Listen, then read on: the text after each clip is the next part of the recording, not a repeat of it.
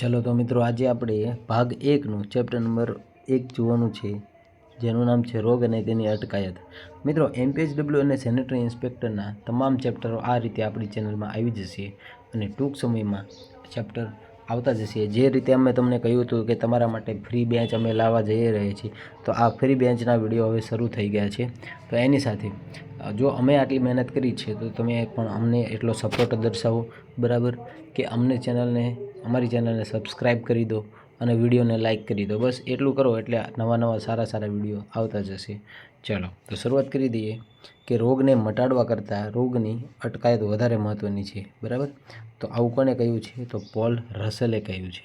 Okay, રોગને મટાડવા કરતાં શું જરૂરી છે? તો રોગને મટાડવા કરતાં રોગની અટકાયત વધારે જરૂરી છે।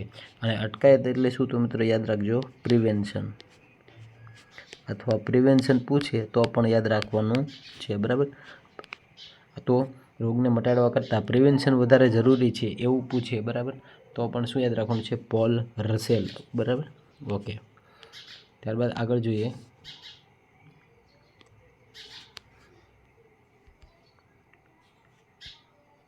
ઓકે તો મિત્રો આગળ જોઈએ ચેપ્ટર 1।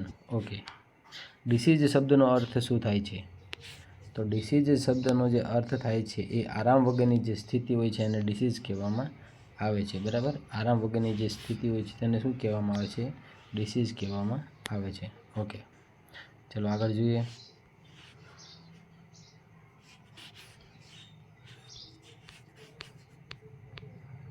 ડિસીઝ બીજા શબ્દમાં કહીએ તો આરામથી તદ્દન વિરુદ્ધ। ડિસીઝને જો બીજા શબ્દમાં કહીએ તો શું કહેવાય? તો કે આરામથી તદ્દન વિરુદ્ધ કહેવામાં આવે છે। ચલો ત્યારબાદ આગળ જોઈએ રોગ એટલે શું?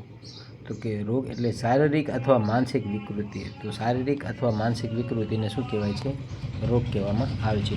મિત્રો આ જે વિડીયો છે, આ જે લેક્ચર બનાવવામાં આવ્યો છે એ ભાગ 1 ને અનુલક્ષીને બનાવવામાં આવ્યો છે, બરાબર। ઓકે, હવે પહેલાંના સમયમાં રોગ થવાનું કારણ શું હતું? તો કે ભૂત કે દેવી દેવતાના પ્રકોપ માનવામાં આવતું હતું, બરાબર। શું માનવામાં આવતું હતું? ભૂત કે દેવી દેવતાનો પ્રકોપ માનવામાં આવતું હતું। ચાલો આગળ જોઈએ। વૈજ્ઞાનિક યુગમાં રોગ થવા માટે પાછળનો સિદ્ધાંત શું હતો? બરાબર, તો વૈજ્ઞાનિક યુગમાં રોગ થતો હતો એની પાછળનો જે સિદ્ધાંત હતો એ શું હતો? તો કે ચેપનો સિદ્ધાંત હતો, બરાબર। તો વૈજ્ઞાનિક યુગમાં જે રોગ થવા પાછળનો સિદ્ધાંત કયો હતો? તો ચેપ થવા પાછળનો સિદ્ધાંત હતો, બરાબર, ચેપનો સિદ્ધાંત હતો। Germ theory of disease. તો જર્મ થિયરી ઓફ ડિસીઝ એટલે શું? બરાબર, તો કે રોગના કારક તરીકે જંતુને ગણવાનું છે, બરાબર। રોગના કારક તરીકે જો જંતુને ગણવામાં આવે તેને શું કહેવામાં આવે છે? જર્મ થિયરી ઓફ ડિસીઝ કહેવામાં આવે છે। જર્મ એટલે જંતુ, બરાબર। ચાલો હવે જર્મ થિયરી ઓફ ડિસીઝમાં આપણે રોગના કારક તરીકે કોને ગણવું છે? તો જંતુને।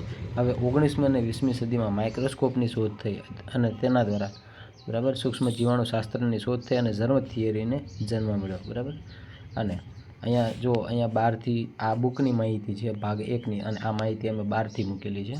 તો 1665 રોબર્ટ હુક દ્વારા produce a compound microscope so hollow boxes and name them cell, બરાબર, તો એને કોષ નામ આપ્યું છે, બરાબર। આ માહિતી છે। ચાલો આગળ જોઈએ। માત્ર બેક્ટેરિયા અને વાયરસ માટે જવાબદાર ગણવામાં આવેલ, પરંતુ, બરાબર, તો આ જે જર્મ થિયરી છે એ કોના માટે ફક્ત ગણવામાં આવેલી? તો કે માત્ર બેક્ટેરિયા અને વાયરસ માટે। તો બેક્ટેરિયા અને વાયરસ માટે જર્મ થિયરી છે જવાબદાર ગણવામાં આવેલી, પરંતુ આ જર્મ થિયરી કેવી ગયેલી? નિષ્ફળ। શા માટે નિષ્ફળ ગયેલી એ આપણે આગળ જોઈએ।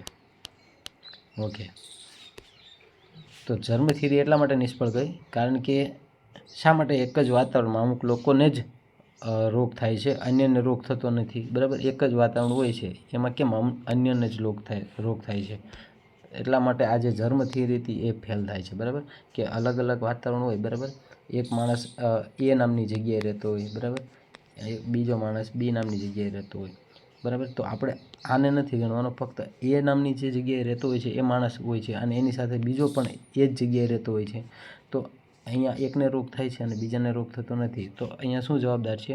તો કે વાતાવરણ પણ જવાબદાર છે, બરાબર. સારું વાતાવરણ મળતું હોય એ વ્યક્તિને સારું હેલ્થ મળતું હોય, એટલા માટે શું કીધું છે કે જર્મ થિયરી છે એ કેવું છે? તો કે એક જ જગ્યા ઉપર શા માટે થાય છે, બરાબર, આ કારણ આવ્યું છે. ચલો મહામારી ત્રિકોણ વિશે જોઈ લઈએ. ઓકે, હવે મહામારી ત્રિકોણમાં 3 મહામારી ઘટકનો સમાવેશ થાય, બરાબર. આ યાદ રાખજો. હવે એક્ઝામેબલ પોઈન્ટ શરૂ થયા છે. તો કે કયા કયા 3 પોઈન્ટ છે? તો કે એજન્ટ, હોસ્ટ અને વાતાવરણ, બરાબર. એજન્ટ, હોસ્ટ અને વાતાવરણ.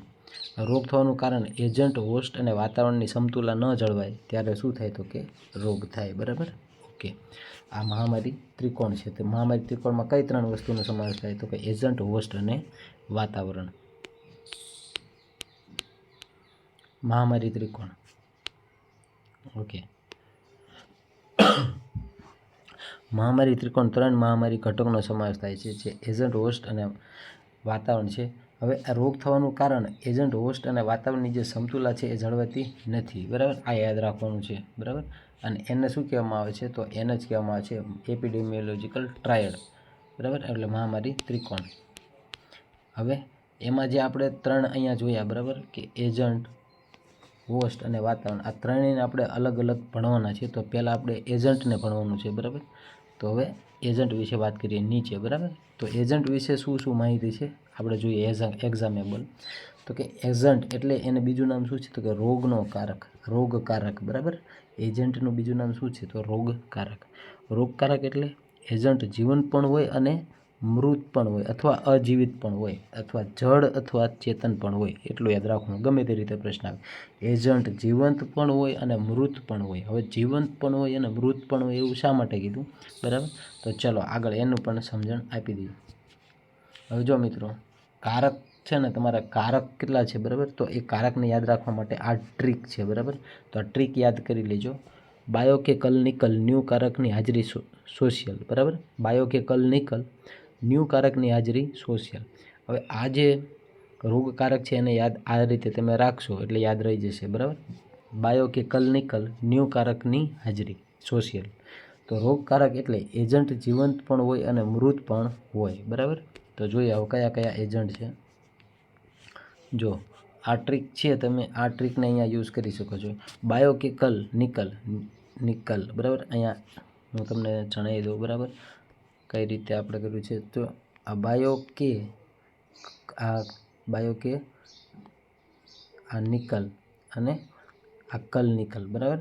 અને ન્યૂ કારકની હાજરી સોશિયલ છે, બરાબર. તમે જોઈ શકો છો અહીંયા આ ટાઈપનું બનાવેલું છે. એટલે તમને શું કે 6 જેટલા છે, બરાબર, એ બધા કારક એક જ ઝટકે યાદ રહી જાય.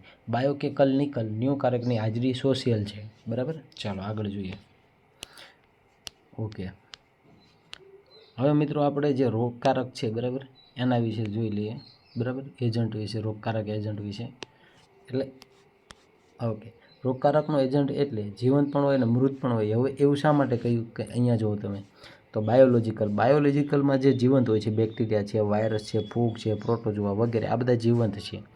હવે કેમિકલમાં તમે જુઓ અહીંયા, તો એ મૃત છે. મૃત મીન્સ કે એનો કોઈ જીવન ન હોય, જેમ કે ધુમાડો, લેડ, સીસુ જેવા રસાયણ જેવા કારકો હોય, એને જીવ ન હોય એટલે મૃત પણ હોય. એટલા માટે અહીંયા જો આગળ આપણે એવું આવ્યું, બરાબર, કે જીવંત પણ હોય અને મૃત પણ હોય.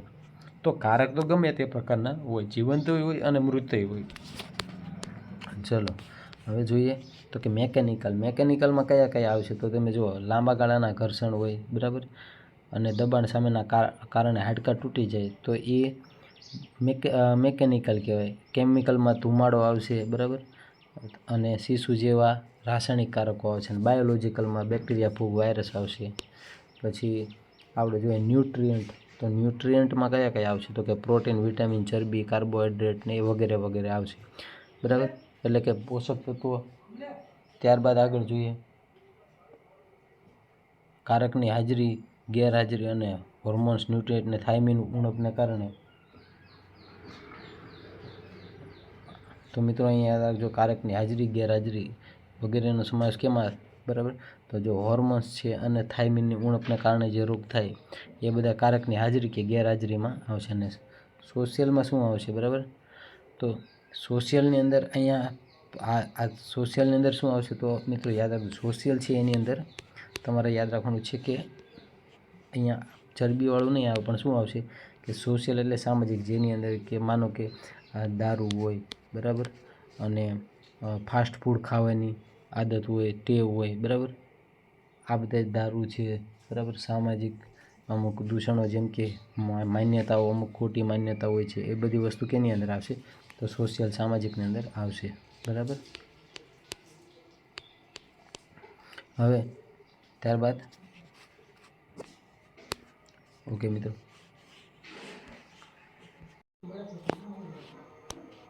તો મિત્રો હવે આપણે હોસ્ટને જોવાનું છે. તો 7 પ્રકારના હોસ્ટ છે એ તમારે યાદ રાખવાનું છે, બરાબર. અહીંયા તમે જોઈ શકો છો 7 પ્રકારના હોસ્ટ છે.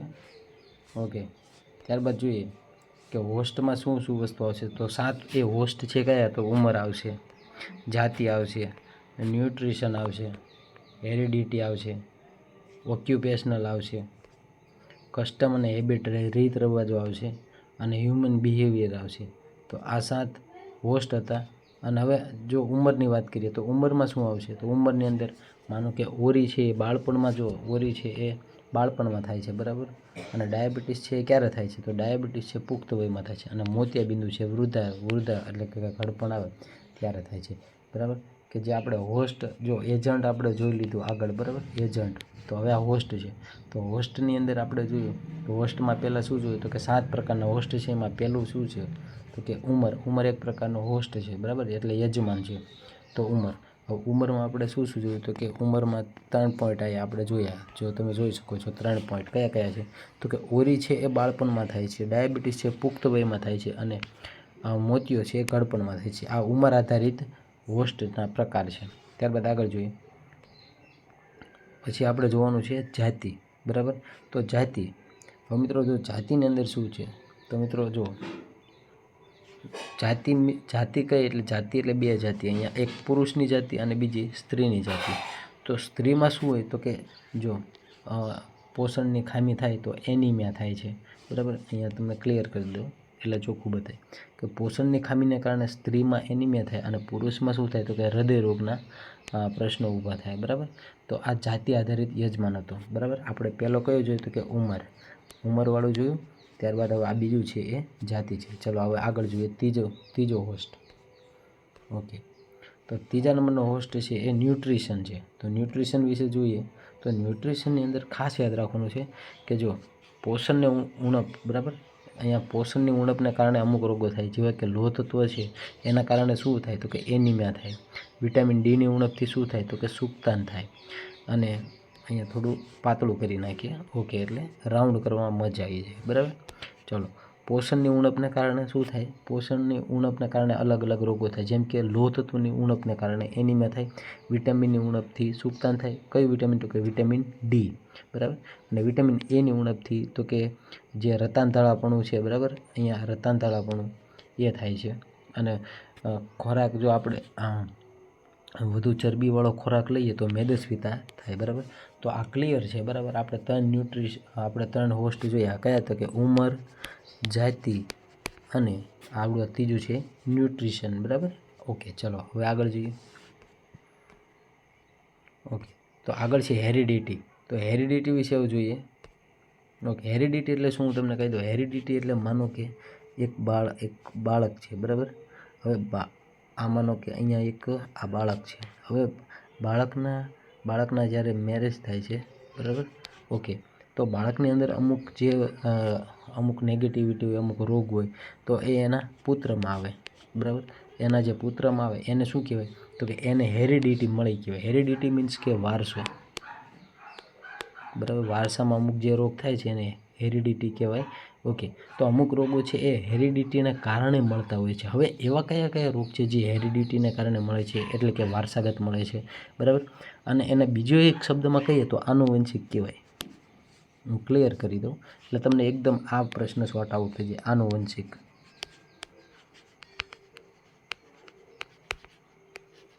હવે આનુવંશિક કે હેરિડિટી કે પછી વારસાગત કે તો આ ત્રણેયનો મતલબ એક જ થાય. તો એમ કે હેરિડિટી કયો રોગ છે, હેરિડિટીથી આવતો રોગ કયો છે, આનુવંશિકતાથી આવતો રોગ કયો છે, કે પછી વારસાથી આવતો કયો રોગ છે. તો એમાં અલગ અલગ કશું નથી, એ બધું સેમ જ છે. તો હવે એવા રોગ જોઈ લઈએ એટલે એકદમ પ્રશ્ન શોર્ટ આઉટ થઈ જાય. ચલો તો જો હિમોફેલિયા છે, આલ્બિનિઝમ છે, રંગઅંધતા છે, સિકલ સેલ એનિમિયા છે, આ બધા રોગો છે ને એ પિતામાં હોય તો પુત્રમાં આવવાના ચાન્સ છે. બરાબર, એને શું કહેવામાં આવે છે? હેરિડિટીવાળા રોગ કહેવામાં આવે છે. હજી આની સિવાય અમુક રોગો પણ છે. બરાબર, તો આટલા તો ફેમસ છે જે એક્ઝામ આપણા માટે બેસ્ટ કહેવાય. ચાલો નેક્સ્ટ જોઈએ. ચાલો તો કે હવે હેરિડિટી જોયા પછી આપણે આગળ જોઈએ તો કે ઓક્યુપેશનલ. હવે મિત્રો અહીંયા ઓક્યુપેશનલ એટલે શું હું તમને સમજાવી દઉં. જો ઓક્યુપેશનલ એટલે કે માનો કે તમે કોઈ વ્યવસાય કરો છો. ઓક્યુપેશનલ એ ઇંગ્લિશ શબ્દ છે. તો ઓક્યુપેશનલ એટલે કે અમુક વ્યવસાય એટલે કે અમુક કામ એવો હોય છે. અહીંયા આપણે કામ યાદ રાખજો, વ્યવસાય તો થાય જ છે પણ કામ યાદ રાખજો. કારણ કે આ રોગ જે અમુક કામ કરતા હોય છે, અમુક વ્યવસાય કરતા હોય છે, એવાને જે રોગ થાય છે, બરાબર, તો એને ઓક્યુપેશનલ રોગ કહેવામાં આવે છે, ઓક્યુપેશનલ ડિસીઝ. ઓકે, તો આ ઓક્યુપેશનલ એ પણ શું છે તો કે હોસ્ટ નંબર 7માં એકનો સમાવેશ થાય છે. તો 7 પૈકી એક હોસ્ટ એટલે ઓક્યુપેશનલ. તો હવે એની અંદર કેવા રોગ છે? બરાબર, તો જો હવે અમુક વ્યવસાયિક રોગ જેવા કે રંગકામ કરનારને લેડ પોઈઝનિંગ થાય છે, કોલસાની ખાણમાં કામ કરનારને એન્થ્રેકોસિસ થાય છે, અને કપાસના ફેક્ટરીમાં કામ કરનારને બિસિનોસિસ થાય છે. બરાબર, તો આવા આ જે રોગો છે એ બધા ઓક્યુપેશનલ રોગ કહેવામાં આવે છે. બરાબર, ચાલો આગળ જોઈએ. ચાલો નેક્સ્ટ. હવે જોઈએ ઓક્યુપેશનલ જોયું, ત્યારબાદ કસ્ટમ અને હેબિટ રિવાજો, જે મેં તમને હમણાં જણાવી દીધું. કસ્ટમ એટલે શું કે અમુક રીત રિવાજ હોય. બરાબર, ચાલો હવે આ તો ઇઝી જ છે પણ તોય હું તમને સમજાવી દઉં એટલે કોઈ પ્રોબ્લેમ રહે નહીં. ઓકે, કસ્ટમ અને હેબિટની અંદર કયા કયા રોગ છે? તો જો અમુક એવી માન્યતા, ખોટી માન્યતા હોય કે ઓરી માતાના કારણે દવા ન કરાવવી જોઈએ. પછી અમુક એવું કહેતા હોય કે શિશુને કાજલ આંગળવાથી આંખમાં ચેપ લાગી શકે છે. હવે સ્મોકિંગને કારણે ગળામાં ચેપ અને રોગ થઈ શકે છે. અમુક સ્મોકિંગ કરતા હોય તો એ ખરાબ શું છે તો કે હેબિટ છે. બરાબર, એટલે આપણે આ પોઈન્ટમાં લીધું છે. અને રીત રિવાજો છે, ભૂત પ્રેતની અમુક માન્યતા હોય, આમ કરવું જોઈએ, તેમ કરવું જોઈએ. આ બધી ઓર્થોડોક્સિયલ જે થિંકિંગ છે એના કારણે પણ રોગ ઉદ્ભવતા હોય છે. બરાબર, ચલો તો નેક્સ્ટ જોઈએ. ઓકે, હ્યુમન બિહેવિયર એટલે શું કે માણસનું વર્તન. ચાલો, હ્યુમન બિહેવિયરની અંદર કેવા પ્રકારના રોગ આવી શકે છે? જો માનો કે કોઈ વ્યક્તિ એનું પોતાનું બિહેવિયર એટલે કે બોડી સ્ટ્રક્ચર કેવું તો કે કસરત ના કરતો હોય, બરાબર, અને ઉપરથી તમાકુ પણ ખાતો હોય, તો એનું બોડી બેશક એમ કહી શકાય કે નો ડાઉટ બગડી શકે છે, એવું ફૂલ ચાન્સીસ છે. તો બેજવાબદારીપૂર્વક જાતીય સંબંધ હોય, બરાબર, સેક્સ્યુઅલ ખરાબ રીતે એને આદત હોય, અને HIV એડ્સ અને એના અમુક સેક્સ્યુઅલ આદત હોય તો એના કારણે સેક્સ કરવાને કારણે HIV થાય છે, એડ્સ થાય છે, અને અમુક STD એટલે કે તમે જોઈ શકો છો અહીંયા STD રોગ પણ થઈ શકે છે. બરાબર, સેક્સ્યુઅલ ટ્રાન્સમિટેડ ડિસીઝ, આ પ્રકારના રોગો પણ થઈ શકે છે. શાના એનો તો કયો પોઈન્ટની અંદર આ બધું આવે છે તો કે હ્યુમન બિહેવિયરની અંદર આવશે. તો આ હતા આપણા, હવે જોઈએ નેક્સ્ટ. ઓકે, તો આ હતા આપણા 7 હોસ્ટ હતા. ઓકે, તો અહીંયા તમે જોઈ શકો છો કે આ જે 7 હોસ્ટ છે તમે જોઈ શકો છો: ઉંમર, જાતિ, nutrition, heredity, okay, occupational, custom habit અને હ્યુમન બિહેવિયર. તો આ 7 હોસ્ટને આપણે જોઈ લીધા. હવે જોઈએ નેક્સ્ટ. તો મિત્રો આપણે આ 7 પ્રકારના હોસ્ટ જોયા બાદ હવે આપણે આગળ લેક્ચરમાં જોઈએ. તો આ 7 પ્રકારના હોસ્ટ યાદ રાખવાના છે ને આગળ આપણે જોઈએ. હવે મિત્રો આપણે આ અત્યારે ભણી રહ્યા છીએ, તમને ખબર છે કે એપિડેમિયોલોજિકલ ટ્રાયડ ભણી છે, જેમાં આપણે 3 હોય છે તો કે એજન્ટ, બીજું હોસ્ટ, આ હોસ્ટ અત્યારે આપણે જે ભણ્યા એ આ હોસ્ટ, અને હવે ત્રીજું આપણે જે ભણીશું એનું નામ છે વાતાવરણ. ઓકે, તો વાતાવરણના 3 પ્રકાર છે. બરાબર, તો આપણને ખબર છે વાતાવરણ કયા કયા છે તો કે ભૌતિક છે, બરાબર, બાયોલોજિકલ છે, અને સોશિયલ એન્વાયરમેન્ટલ છે. સોશિયલ એન્વાયરમેન્ટલની અંદર શું છે તો કે જો રીત રિવાજો, ટેબુ, માન્યતા, ધર્મ, જીવન વગેરે છે, બરાબર. ઓકે, હવે ભૌતિક પરિબળની અંદર જોઈએ તો કે નિર્જીવ વસ્તુઓ, ભૌતિક પરિબળ, અસલામત પાણી, દૂષિત પાણી, રહેઠાણો, માનવ કચરો અને સલામત મળમૂત્રનો અસલામત નિકાલ, બરાબર, અને તે વગેરે બાબતો રોગ ફેલાવા માટે જવાબદાર છે. એ ભૌતિક કારણો આવશે. જો તમે જોઈ શકો છો, અને એના કારણે કોલેરા થાય, ઝાડા ઉલટી વગેરે કમળો જેવા રોગ થાય. તો ભૌતિક કારણોમાં આ બધા રોગો આવે છે. હવે બાયોલોજિકલની વાત કરી દઈએ તો બાયોલોજિકલ જે પરિબળ છે એની અંદર તમે જુઓ તો એનિમલ આવશે, બરાબર, રેબિસ આવશે. એનિમલથી થતા રોગો, રોડન્ટ્સથી થતા રોગો. તો એનિમલથી તો કે રેબિસ થાય છે, એન્થ્રેક્સ, લેપ્ટોસ્પાયરોસિસ થાય છે. જીવજંતુ અને વાઘ દ્વારા થતા રોગો, મચ્છર દ્વારા ફેલાતા રોગો, ટીક દ્વારા ફેલાતા રોગો. જો મચ્છર દ્વારા ફેલાતો તો કે ડેન્ગ્યુ, મલેરિયા, બરાબર, ચિકનગુનિયા. ટીક દ્વારા તો કે કોંગો ફીવર વગેરે. અને માઇક્રો સૂક્ષ્મ જીવો દ્વારા થતા રોગો કયા? ટીબી, કોલેરા, વાયરસ દ્વારા થતા રોગો, વાયરસ, બેક્ટેરિયા વગેરે જેવા કારકો, લેપ્રેસીના રોગો. આ બધા છે એ બાયોલોજિકલ કારણોમાં આવશે, બરાબર. ઓકે, હવે ત્યારબાદ એજન્ટ, હોસ્ટ, વાતાવરણ આપણે એ જોયું. હવે એને વાતાવરણની અંદર આપણે આ 3 પોઈન્ટ જોઈ લીધા. ઓકે, ભૌતિક, બાયોલોજિકલ અને સાયકો એન્વાયરમેન્ટલ. ચલો, તો અત્યારે આપણે આ 3 કારક પૂરા કર્યા છે અને હવે આગળ જોઈએ. હવે આપણે જોવાનું છે કે મલ્ટીફેક્ટોરિયલ કોઝિસ ઓફ ડિસીઝ. ત્યારબાદ આપણે આગળ જોઈએ. મિત્રો, મલ્ટીફેક્ટોરિયલ કોઝિસ ઓફ ડિસીઝ. ઓકે, તો મલ્ટીફેક્ટોરિયલ કોઝિસ ઓફ ડિસીઝ એટલે શું? બરાબર, કે રોગ થવા માટે એક કારણ નહીં પરંતુ અલગ અલગ કારણ હોય તેને શું કહેવાય? તો કે મલ્ટીફેક્ટોરિયલ કોઝિસ ઓફ ડિસીઝ કહેવાય છે. જોઈએ આગળ. તો જો અહીંયા મલ્ટીફેક્ટોરિયલ કોઝિસ ઓફ જે છે તો આ એનો ત્રિકોણ છે. હવે એની અંદર આપણે જોઈએ કે શું શું એડ આવશે. તો સૌ પ્રથમ શું આવશે તો કે ઉપર છે ત્રિકોણનો જે ઉપલો ભાગ છે એ શું દર્શાવે છે તો કે રોગ ઉદ્ભવન માટેના કારણો દર્શાવે છે, બરાબર. મલ્ટીફેક્ટોરિયલ કોઝેશન ઓફ ડિસીઝ છે એની અંદર આ ત્રિકોણ હોય છે. ત્રિકોણના જે ઉપરનો જે ભાગ છે એમાં રોગ ઉદ્ભવ માટેના પરિબળ દર્શાવે છે. ત્યારબાદ જોઈએ આગળ. ઓકે, તો મલ્ટીફેક્ટોરિયલ કોઝેશન ઓફ ડિસીઝ છે. હવે એની અંદર અહીંયા તમે જોશો કે ઉપરનો ભાગ રોગ ઉદ્ભવ માટેના કારણો દર્શાવતો હતો અને જે વચ્ચેનો ભાગ છે, બરાબર, એ સમય દર્શાવે છે. ઓકે, હવે મલ્ટીફેક્ટોરિયલ કોઝેશન ઓફ ડિસીઝમાં અહીંયા તમે જોશો, બરાબર, કે ડાબીની સાઈડ શું દર્શાવે છે, બરાબર. તો મલ્ટીફેક્ટોરિયલ કોઝેશન ઓફ ડાબી સાઈડમાં શું? ત્રિકોણની જે ડાબી સાઈડ છે એમાં વસ્તીના જૂથો અને ગુણધર્મો દર્શાવે છે. અને મલ્ટીફેક્ટોરિયલ કોઝેશન ઓફ ડિસીઝમાં જે ત્રિકોણની જમણી બાજુ છે એમાં શું દર્શાવે છે? તો મિત્રો યાદ રાખવાનું છે કે વાતાવરણ, વર્તન, સંસ્કાર, દેહ, ધાર્મિક ક્રિયાઓ અને ઇકોલોજીકલ દર્શાવવામાં આવે છે, બરાબર. ત્યારબાદ આગળ જોઈએ મલ્ટીફેક્ટોરિયલ કોઝેશન ઓફ ડિસીઝ. ઓકે, તો હવે આ શું કહેવા માગે છે તો કે મલ્ટીફેક્ટોરિયલ કોઝેશન ઓફ ડિસીઝ એટલે આ સિદ્ધાંત જર્મનીના પીટર કોફરે આપ્યો છે, બરાબર. તો આ સિદ્ધાંત કોણે આપ્યો છે? યાદ રાખવાનું છે, પીટર કોફરે આ સિદ્ધાંત આપ્યો છે. ઓકે, અને રોગ થવા માટે એકથી વધારે પરિબળો જવાબદાર છે, બરાબર. ઓકે, તો અહીંયા આ ક્લિયર થયું છે. ત્યારબાદ નેક્સ્ટ સ્ટેપ આગળ જોઈએ. પરંતુ મિત્રો આ ખાસ યાદ રાખવાનું છે કે જો આ જે મલ્ટીફેક્ટોરિયલ કોઝેશન ઓફ ડિસીઝ એ કોને આપ્યો છે તો કે પીટર કોફરે આપ્યો છે.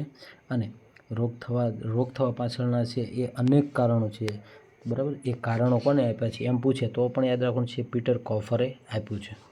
ચલો નેક્સ્ટ જોઈએ. મિત્રો ચેનલને સબસ્ક્રાઈબ કરી દેજો અને વિડીયોને લાઇક પણ કરી દેજો, કારણ કે અમે ઘણી બધી આ બનાવવામાં ઘણી બધી મહેનત કરી છે, બરાબર. ચલો આગળ જોઈએ.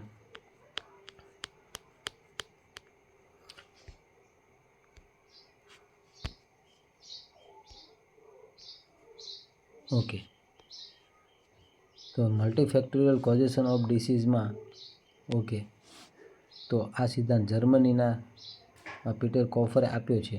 રોગ થવા પાછળ એકથી વધારે કારણો છે અને રોગ થવા માટે એકથી વધારે પરિબળો પણ જવાબદાર છે, બરાબર. કારણ પૂછે તો પણ એ જ છે અને પરિબળ પૂછે તો પણ એ જ છે.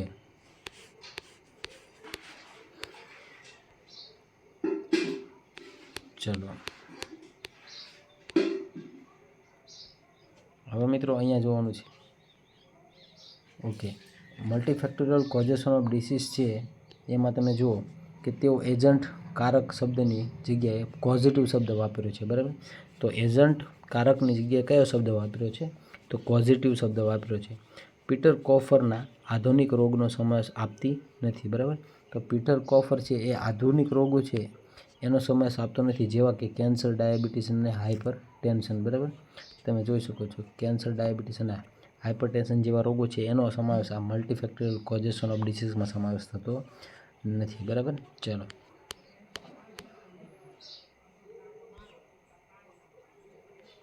ઓકે હવે જોઈએ કે મલ્ટીફેક્ટોરિયલ કોઝેશન ઓફ ડિસીઝ છે બરાબર. મલ્ટીફેક્ટોરિયલ કોઝેશન ઓફ ડિસીઝ એ મલ્ટીફેક્ટર જાણવાનો હેતુ શું છે તો કે જો મોસ્ટ આઈએમપી છે તો કે આ મલ્ટીફેક્ટોરિયલ કોઝેશનનો હેતુ શું છે બરાબર. તો આ કારણો જાણવાનો હેતુ તો કે કારણ પ્લાનિંગ, રોગની અટકાયત અને રોગના નિયંત્રણ માટે આ મલ્ટીફેક્ટોરિયલ કોઝેશન ઓફ ડિસીઝને જાણવાનો હેતુ હતો બરાબર. કયા કયા હેતુ તો મિત્રો યાદ રાખી લેજો. કારણ પૂછે અથવા હેતુ પૂછે બંને એક જ છે બરાબર. તો મલ્ટીફેક્ટોરિયલ કોઝેશન ઓફ ડિસીઝના જાણવાના કારણ અને હેતુ તો કે પ્લાનિંગ કરવા માટે, રોગની અટકાયત માટે અને રોગ નિયંત્રણ માટે બરાબર. 3 વસ્તુ યાદ રાખવાનું છે. હવે મલ્ટીફેક્ટોરિયલ કોઝેશન ઓફ ડિસીઝ બરાબર. ત્યારબાદ જોઈએ રોગના કારણોનું જાળવું બરાબર. રોગના કારણોનું જાળવું કોણે આપ્યું છે તો કે રોગના કારણોનું જાળવું મોડલ કોણે આપ્યું છે તો કે મેકમોહન યુદ્ધ નામના વ્યક્તિ દ્વારા આપવામાં આવ્યું છે બરાબર. મેકમોહન યુદ્ધ નામના વ્યક્તિ દ્વારા આપવામાં આવ્યું છે. ઓકે ત્યારબાદ આગળ જોઈએ મિત્રો. આ પ્રશ્ન પૂછાઈ ચૂકેલો છે, યાદ રાખજો બરાબર. આ બુકમાંથી આખું લેક્ચર બનાવવામાં આવેલું છે અને આ લેક્ચરની અંદર મોસ્ટ ઓફ પ્રશ્ન પૂછાયેલા પણ આવી ગયા છે બરાબર. તમે આ વિડીયોની એક વિડીયોને ધ્યાનથી જોજો. અને આ પ્રશ્ન રોગના કારણોનું જાળવું કોણે આપ્યું છે આ સિદ્ધાંત તો કે મેકમોહન યુદ્ધ નામના વ્યક્તિએ આપ્યું છે. બુકમાં પણ એવું જ આપેલું છે વ્યક્તિ બરાબર. રોગના કારણોનું જાળવું ઓકે. તો લાંબા ગાળાના રોગ માટે અને એવા રોગ માટે કારક વિશે માહિતી આપતી નથી બરાબર. તો આ રોગના કારણોનું જે જાળવું છે એ એક્યુટ પ્રકારના રોગ માટે માહિતી આપે છે બરાબર. યાદ રાખવાનું છે. પણ ક્રોનિક રોગ માટે આમાં રોગના કારણોનું જાળવું છે એ કામ આપતી નથી, યાદ રાખવાનું છે. ઓકે રોગના કારણોનું જે જાળવું છે બરાબર એ મેકમોહન નામના વૈજ્ઞાનિકે વ્યક્તિએ આપ્યું છે. અને લાંબા ગાળાના રોગ માટે એ કારક માહિતી આપતી નથી. અને ઘણા બધા રોગોના કારણે આ પરિણામોને કારણે આ થાય છે બરાબર. શું કહે છે તો કે ઘણા બધા રોગોના કારણે રોગોના જે કારણો હોય છે એના પરિણામોને કારણે આ જાળવું મહત્વનું છે બરાબર. હવે મિત્રો યાદ રાખવાનું છે કે જ્યાં સુધી રોગ તમામ કારણોનો નિયંત્રણ આ શું કહેવા માગે છે તો રોગના કારણોનું જાળવું જે મેકમોહન યુદ્ધ નામના વ્યક્તિએ આપ્યું છે એ શું કહેવા માગે છે કે જ્યાં સુધી રોગના તમામ કારણોને નિયંત્રણમાં લાવવો નહીં ત્યાં સુધી રોગનું નિયંત્રણ આવી શકતું નથી તેવું સૂચવતું નથી, પરંતુ થઈ શકે છે તેવું સૂચવે છે બરાબર. ચલો આગળ જોઈએ. તો મિત્રો આ તમે તમારી રીતે રીડિંગ કરી લેજો બરાબર. કે શું કહેવા માગે છે કે જ્યાં સુધી રોગ માનો કે કોઈ કારણો છે બરાબર એને નિયંત્રણમાં લાવતા નથી ત્યાં સુધી રોગનું નિયંત્રણ આવી શકતું નથી તેવું નથી સૂચવતું, પરંતુ થઈ શકે છે બરાબર. નિયંત્રણ લાવો છતાં પણ થઈ શકે છે તેવું સૂચવે છે બરાબર. આ પ્રશ્ન નથી છે એની અંદર તમને કન્ફ્યુઝ કરશે એટલે તમે તમારી રીતે ધ્યાનથી વાંચી લેજો બરાબર. બુકમાં પણ આ રીતે જ આપેલું છે બરાબર. ઓકે હવે આપણે જોવાનું છે સ્પેક્ટ્રમ ઓફ ડિસીઝ બરાબર. Spectrum of disease okay. તો મિત્રો સ્પેક્ટ્રમ ઓફ ડિસીઝની અંદર જે ત્રિકોણ હોય છે એ અલગ અલગ પ્રકારના જે સ્ટેજીસ હોય છે એની અંદર સમાવેશ થાય છે. તો જોઈએ કયા કયા સ્ટેજીસ હોય છે સ્પેક્ટ્રમ ઓફ ડિસીઝની અંદર. ઓકે તો જોઈએ તો આ ત્રિકોણ છે ઓકે. તો હવે એની અંદર જોઈએ કે જો સૌપ્રથમ તો કે સબ ક્લિનિકલ રોગનો સમાવેશ થશે બરાબર. સ્પેક્ટ્રમ ઓફ ડિસીઝમાં સૌપ્રથમ કેવું આવશે તો કે સબ ક્લિનિકલ સ્ટેજ આવશે. ત્યારબાદ જોઈએ તો સ્પેક્ટ્રમ ઓફ ડિસીઝમાં ક્લિનિકલ આવશે, સબ ક્લિનિકલ પછી ક્લિનિકલ આવશે અને ત્યાર પછી આવશે સામાન્ય ઇન્ફેક્શન, બરાબર. સબ ક્લિનિકલ પછી ક્લિનિકલ અને સામાન્ય ઇન્ફેક્શન. પછી સામાન્ય ઇન્ફેક્શન પછી આવશે, તો મિત્રો આ તમારે મોઢે મારી સાથે યાદ રાખવાનું છે, સબ ક્લિનિકલ, ક્લિનિકલ અને સામાન્ય ઇન્ફેક્શન. ત્યારબાદ આવશે સામાન્ય આવશે અને પછી ગંભીર આવશે, બરાબર. સામાન્ય પછી ગંભીર આવશે, બરાબર. તો અહીંયા એક સાથે આપણે જોઈ લઈએ. તો સબ ક્લિનિકલ, ક્લિનિકલ, સામાન્ય,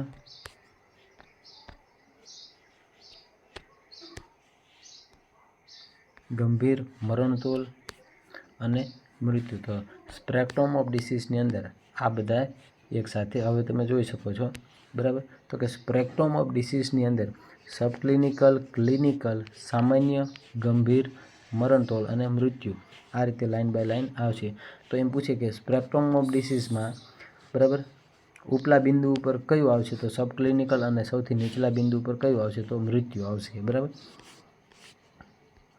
ઓકે. તો સ્પેક્ટ્રમ ઓફ ડિસીઝ એ રોગની ગંભીરતા બદલાય છે. સબ ક્લિનિકલ એટલે કે ઇપરનન્ટ, બરાબર. સબ ક્લિનિકલનું બીજું નામ શું છે? તો કે ઇપરનન્ટ છે. તો સબ ક્લિનિકલ જ્યાં ચિહ્નો લક્ષણો દેખાતા નથી ત્યાંથી લઈ ખૂબ એટલે કે અહીંયાથી લઈ અહીંયા સુધી એટલે મૃત્યુ સુધી, બરાબર, જે જાય તેને શું કહેવાય છે? તો સ્પેક્ટ્રમ ઓફ ડિસીઝ કહેવામાં આવે છે. એટલે સબ ક્લિનિકલથી લઈ કે જ્યાં લક્ષણો દેખાતા નથી ત્યાંથી લઈ મૃત્યુ સુધી પહોંચવાનું જે સ્ટેજીસ હોય છે તેને શું કહેવાય છે? સ્પેક્ટ્રમ ઓફ ડિસીઝ કહેવામાં આવે છે. ઓકે. તો મિત્રો અહીંયા સુધી આપણે રાખીએ. ચલો, થેન્ક યુ.